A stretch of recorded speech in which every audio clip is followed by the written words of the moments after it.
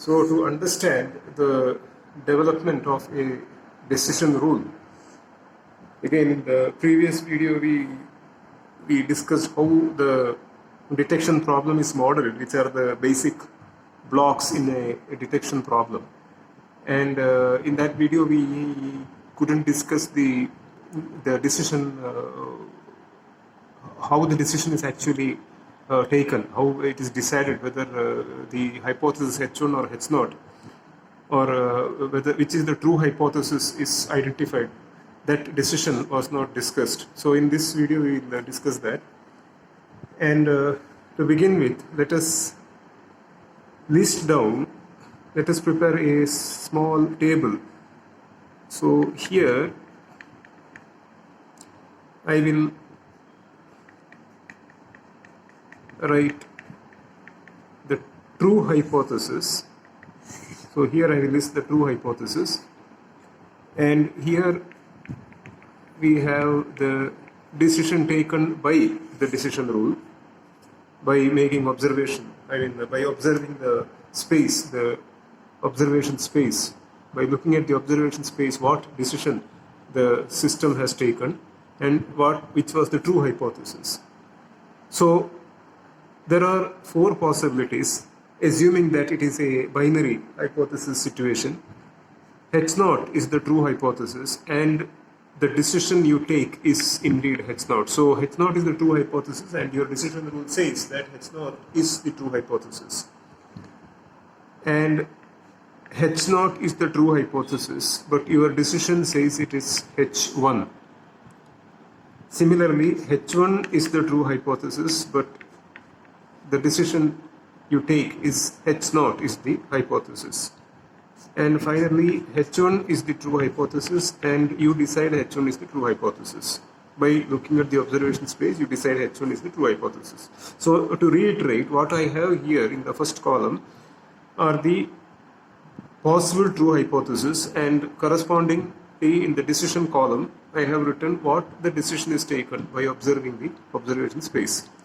Now we can write here the type of decision, what type of decision we have taken.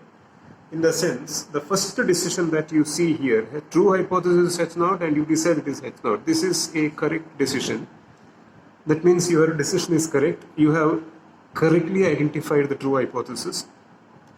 This is a wrong decision because H0 is the true hypothesis, but you say H1 is the true hypothesis.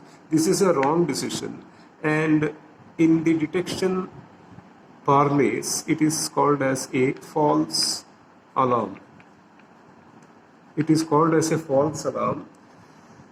For example, if we discuss the case of a radar, we take the example of a radar system. H1 is a hypothesis which says the target is present, and H0 is a hypothesis which says the target is absent. So when the target is absent, if you say the target is present, it is a false alarm. So whenever H0 is detected as H1, we call it as a false alarm. It is a wrong decision.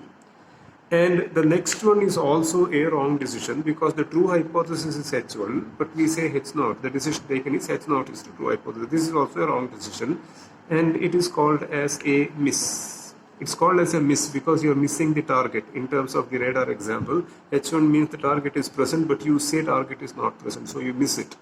The same can be applied to disease diagnosis. So we can say when the disease is not there, if you say there is a disease, it becomes a false alarm. And when the disease is there and you say it is not there, means it's a miss.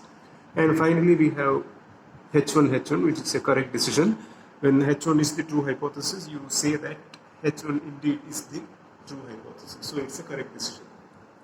Now in the last column, we will write the cost. So with each decision, there is a cost involved.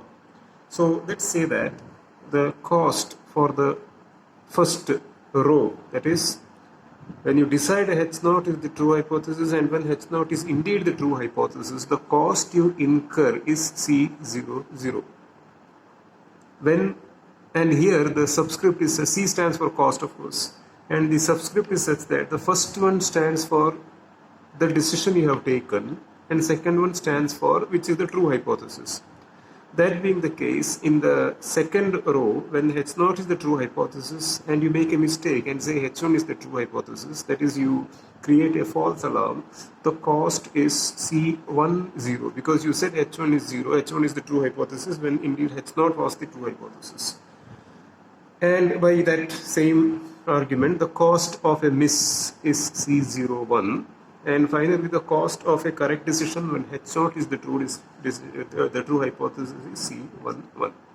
So this way we can assign a cost to each of the decisions. Now again, for example, to give an idea what we mean by this cost, if you take the example of the radar, the cost of a false alarm is probably you have to assimilate the troops to when you speak in terms of a war scenario, you have to assimilate the troops to counter the aircraft which has been detected by the radar.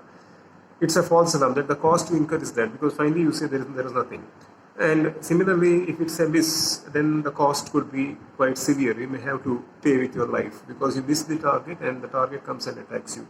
So this is just an example. To give an example of what we mean by the cost, of course, the cost can be, it can vary depending on the situation. Some situations may be such that there is no cost involved when you take the correct decision. The cost is there only when you make a wrong decision. So this is the idea of a cost. This is what we mean by the cost. So, and this is how we assign the cost. And the cost depends on the nature of the problem. The person who is devising the decision rule has no control over the cost. It is dictated by the situation.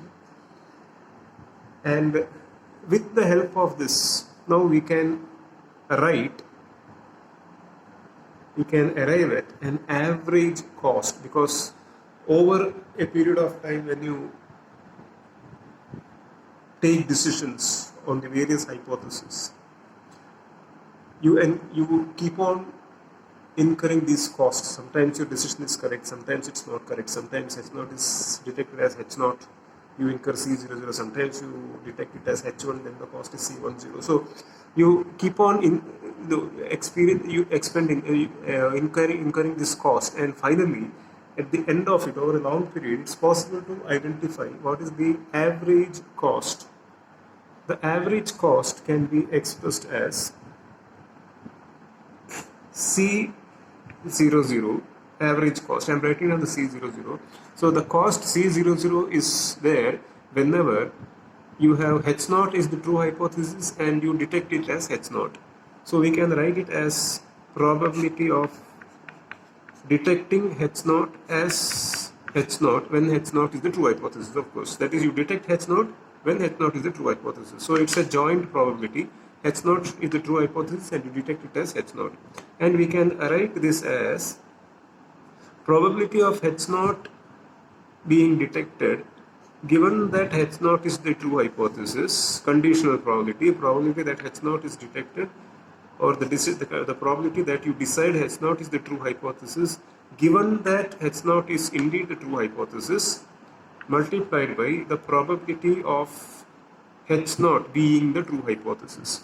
So remember, it is what you have here is the probability that you decide H0 is the true hypothesis when given that H0 has happened, multiplied by the probability that H0 is the true hypothesis. If you speak in terms of a binary communication system, H0 represents bit 0 and H1 represents bit 1, say for example, and in such cases probability of H0 being true is the same as probability of H1 being true, because you know that generally bit 0 and bit 1 occur with equal probability. Of course, there can be systems where they don't occur with equal probability, but still, in general, they occur with equal probability. So, in the binary communication system, you may have H0, probability of H0, that is P0 as equal to 0.5, and probability of H1, P1 equal to 0.5. Now, that need not necessarily be the case. If you take the example of a radar, the probability of a target being present may not be the same as the probability of the target being not present, especially if this situation is that of a hostile situation exists. Anyhow, so the idea is that P0 is the probability that H0 is the true hypothesis, and P1 is the probability that H1 is the true hypothesis. So coming to this, where we are trying to find out the average cost, C00 cost incurred when you take a correct decision, when H0 is the correct decision, H0 is the true hypothesis. We express it as the probability of deciding H0 given H0 is the true hypothesis multiplied by the probability of H0 being the true hypothesis, plus C10, and the probability is, in terms of this I can write C10 is when you decide H1, so probability of deciding H1 when H0 is the true hypothesis multiplied by T0,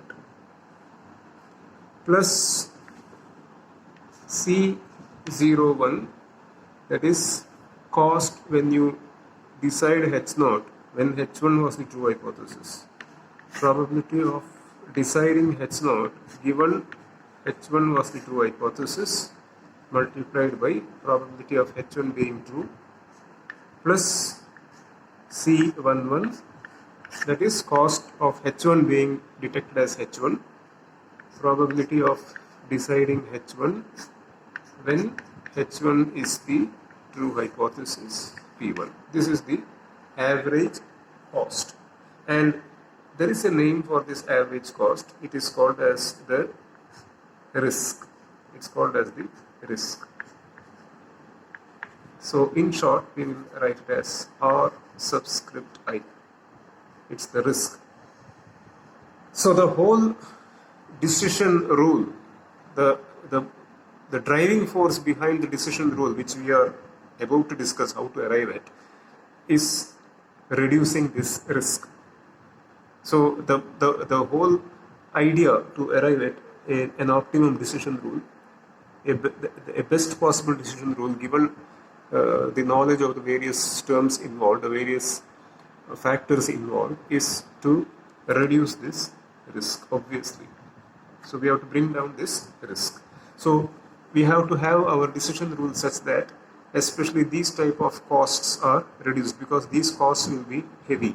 Whenever you make a mistake, the cost is naturally quite heavy. So the decision rule should be such that it has to, of course, common sense says that the decision rule should be such that the errors have to be as small as possible, as little as possible. So with this background, let us move further and let us try to express this in terms of the probability density functions involved. Let us show symbolically, it is to carry forward the discussion, let us symbolically show that this is the observation space Z. Let's say this is the observation space Z, and this observation space Z, as we have seen in the previous video, this observation space Z is obtained from the received random vector. In general, it's a random vector that we receive. If there is only one element in that vector, it becomes a random variable. So a random vector which is having its constituents are random variables. That's all. So the observation space Z is formulated or formed from the received random vector.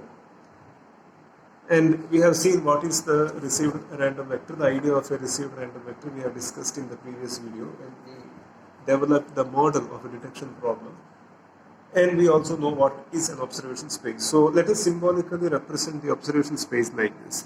And in this particular case, where the case is that of binary hypothesis, that is either H0 or H1, there are only two possible hypotheses. Let us divide let's say that we are dividing the observation space into two regions. We divide this into two regions. The shaded region, so this together is one region, it's shaded. So whatever is shaded, that stands for one particular region. Then the unshaded region is the remaining. This is the two type of division that we are making. So we divide the observation space into two parts, a shaded part, so to say, and an unshaded part. And what we do is, whenever we have whenever the received random vector lands us, remember the observation space is what we form from the received random vector. So whenever the received random vector is such that we fall in the shaded region, we say that the decision we take is H naught. So whenever we receive a random vector such that we are in this shaded region of the observation space, which I will call as Z naught, we take a decision that H naught was the true hypothesis. And whenever we are in the unshaded region, which we will now call as Z1, so to be specific, Z is a union of these two regions. So whenever the received random vector is such that we land in Z1, we say that H1, the decision we take is that H1 is the true hypothesis. This is the way we are going to take a decision. So remember, the decision is taken in this case by dividing the observation space into two regions. One region we will call as Z1. So I have just shown it like this. This need not necessarily be this way. You can have it as a continuous region, but it is just a symbolic representation. So whenever we are in Z0, we say that H0 is the true hypothesis. Our decision is that H0 is the true hypothesis. Otherwise, we say H1 is the true hypothesis. So now the task is, we should define these boundaries, we should define these regions in such a way that the risk is minimum. This is the way we are going to go ahead. So for that, invariably, we will have to proceed in terms of the probability density functions. Now, we had earlier, if I take term by term, the risk we had earlier, the risk as equal to C00. We had explained what are these things. C is the cost. C00 probability H0 is the decision we take, given that H0 is indeed the true event, multiplied by the probability of H0 being true, right? Plus and so on and so forth. So what we do is, we rewrite the same thing. So the P0 I will first write here, and now this term, probability of deciding H0 when H0 was the true hypothesis, we can write it in terms of an integration of the probability density function, because you know that probability density function, when you integrate over a certain region, you get the probability of that particular random variable or random vector having a value which is within that range in which we have integrated the PDF. So instead of P H0 given H0, we will first write the density function of received random vector given H0 is true,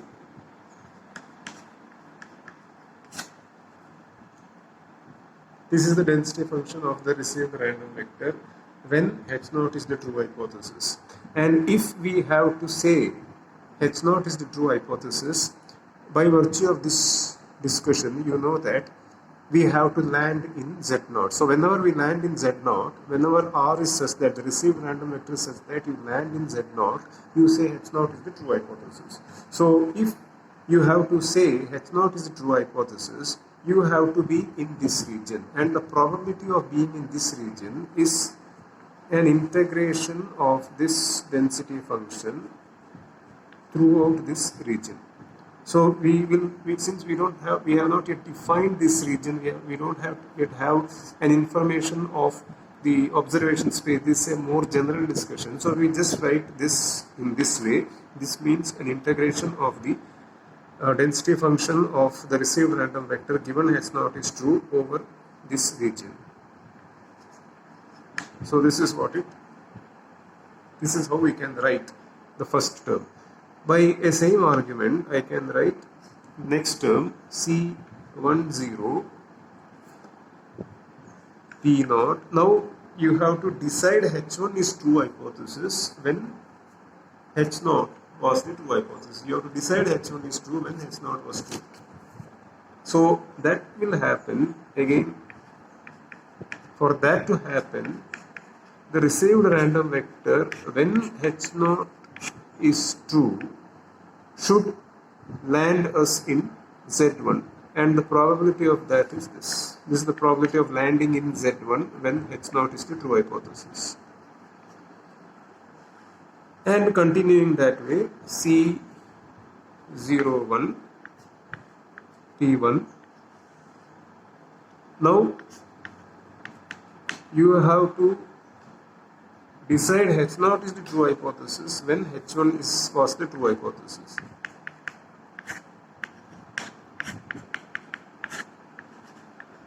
And that will happen because when we decide H0, we have to be in region Z0. So Z0. And finally, C11 T1, same expression, but same expression in the sense the same density function integrated in the region Z1.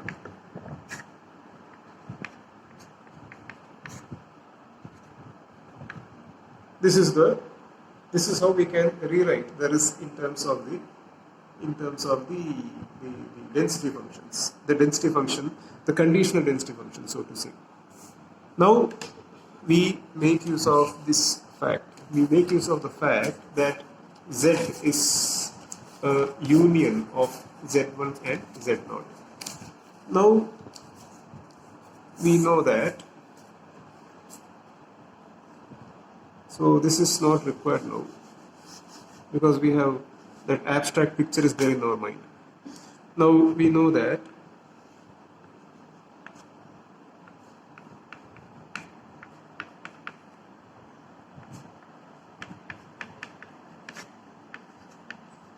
this is 1 because when H0 is the true hypothesis, actually whether it is H0 or H1, if you integrate the density function of the received random vector over the entire observation space, the result is 1.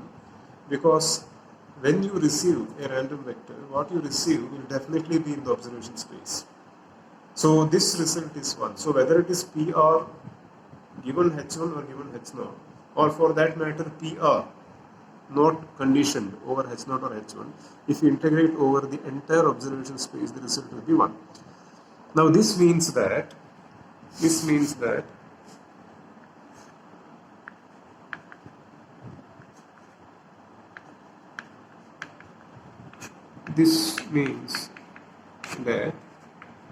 we can write this as equal to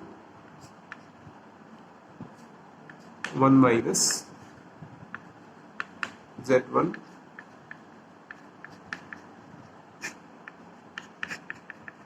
we can write it like this. This means that we can write it like this.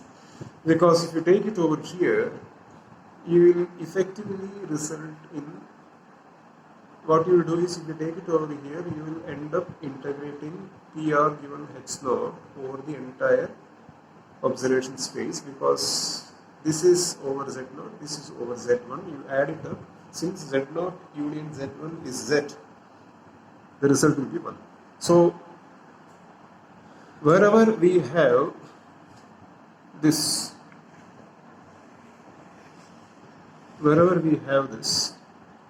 integration over Z0,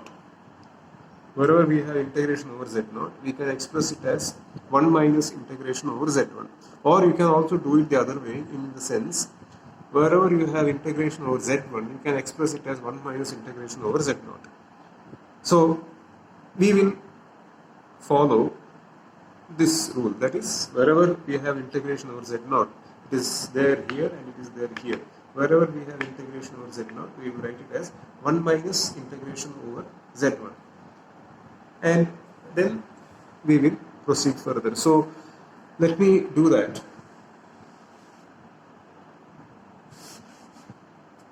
So this becomes risk is equal to, so I'll not write risk, it is risk, so I'll get some space. So this is risk, what I'm writing now is the risk. So risk is equal to C00 P naught 1 minus, we had an integration over Z naught, so that now becomes Z1, 1 minus, so I'm using this rule,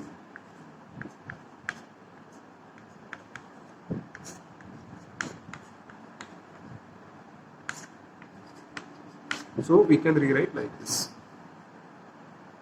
We can rewrite like this. How exactly all these things happen, we'll see later in an example. Later in examples we will see, but before that we have to arrive at a decision rule. Okay, so this is how we can write the first term.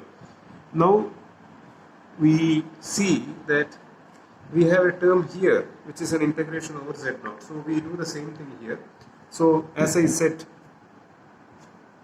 even if it is conditioned over H0, H1, it is true. This is a true thing. This is true. So we will write this as plus C01 P1 1 minus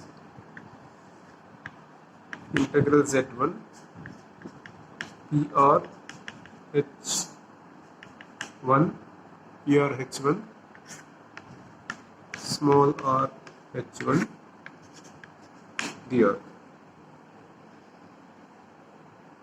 and this is equal to the risk. This is equal to the risk.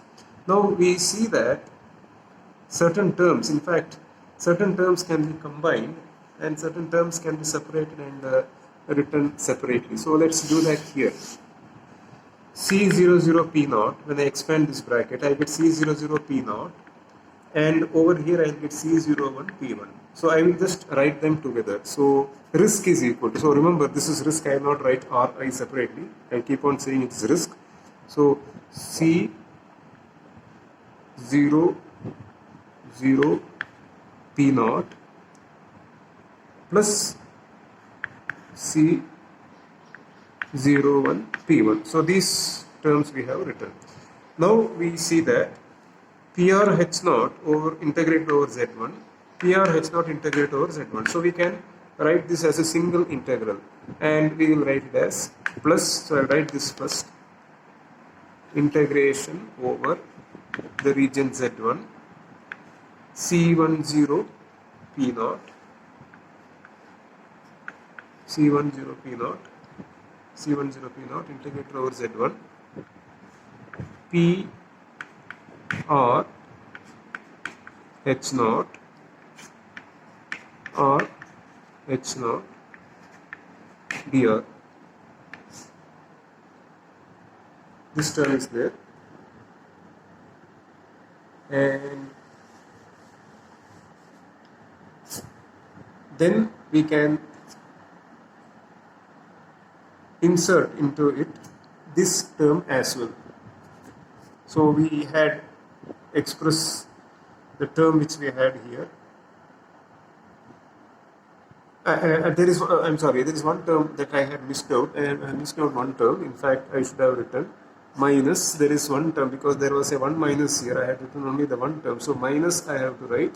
Of course, that integration I can take out. So minus I have to write C00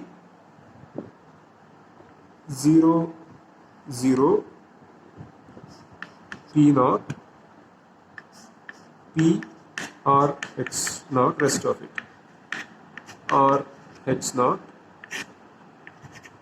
dr. So this dr I will write here because I am writing it as a single integral now.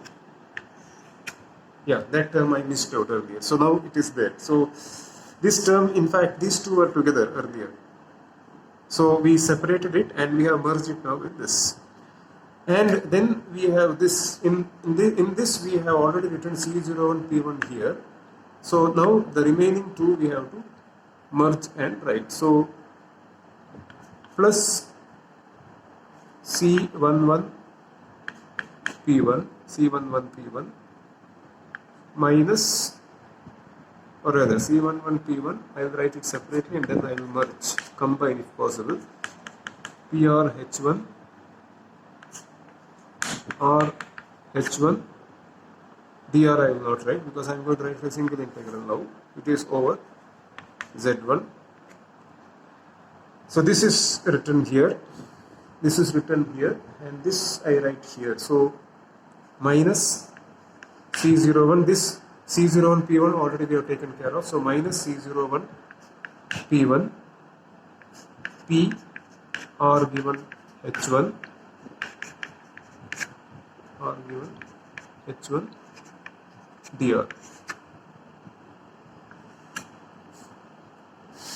This is the way we can write the risk. Now again you see that further this can be made compact in the sense both of these terms are integrated over the same region. So we can write this again as a single integral, and this is also PR given H0, this is also PR given H0. We can take PR given H0 common and write the rest of it. So we will do that now. So C00 P0 was here, so I will combine it like this.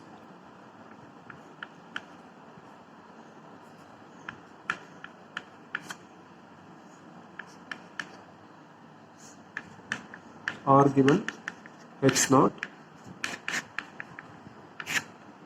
Then dr I will write because I am going to combine these two. They are just integration over the same range. And this will be C11 minus C01. So I will write like this. I will take this minus out. C01 minus C11 P1. Minus is there, C01, this minus C11 P1, and P or H1 dr.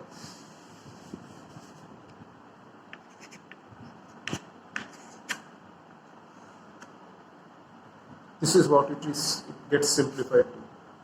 So I can write this now in a compact form like this.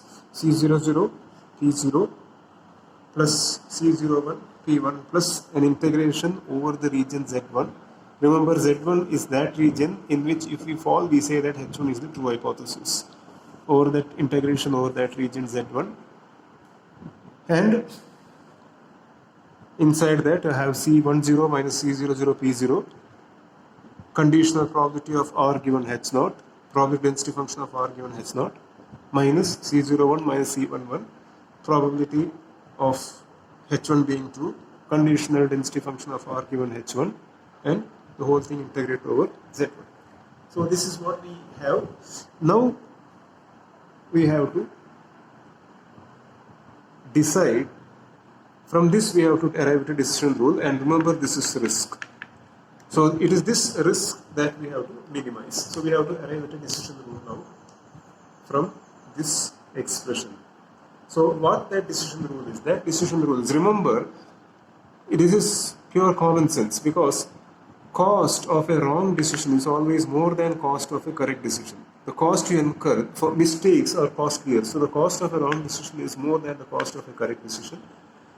And the same thing applies here. Cost of a wrong decision is more. So these terms will be positive. These terms are positive. These probabilities anyhow positive.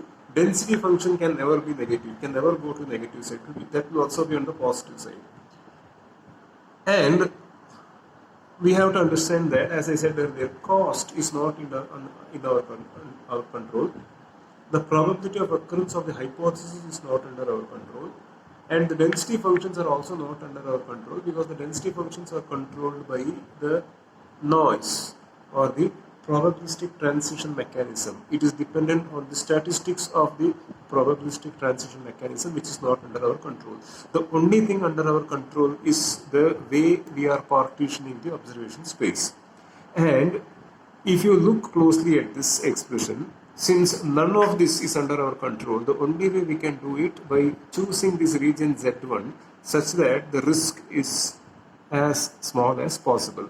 And that happens whenever, in this case, the right hand side, that is, we have to choose the region Z1 such that in the observation space we have to choose the region Z1 such that in that Z1, region Z1, the right hand side here, that is the term which you are subtracting from this, the term which you are subtracting from this is more than this. When that happens, the result will be negative. This result will be negative and you will end up subtracting something from this, and that will bring down the risk. So we have to choose the region Z1 such that C01 minus C11 P1, density function of R given H1, is more than C01 minus C11, sorry, C10 C00 P0, density function of R given H0. So whenever, so if we choose the region Z1 such that this is more than this, you will have this integration over Z1 as negative. And by virtue of the fact that Z0 is the region Z0 is Z minus Z1, that is Z1 union Z0 is Z, as I said earlier. So whenever you choose Z1 such that this term is smaller than this in that region, Z0 will be such that it will be opposite to each other. So this term will become smaller than this in Z0. So this is how we can arrive at an optimum decision rule which will reduce the risk. So now we can express this as, we can write this, the same thing we will write it as. So I will bring the density functions on one side, on the other terms I will bring it over here. So by doing such manipulation we can express it like this. So whenever this is true, we say that hypothesis H1 was the true hypothesis. And whenever it is the other way round, then you say that H0 is the true hypothesis. So this is how we decide the, we take a decision on which is the true hypothesis. So in the next video we will take a few examples and understand this further.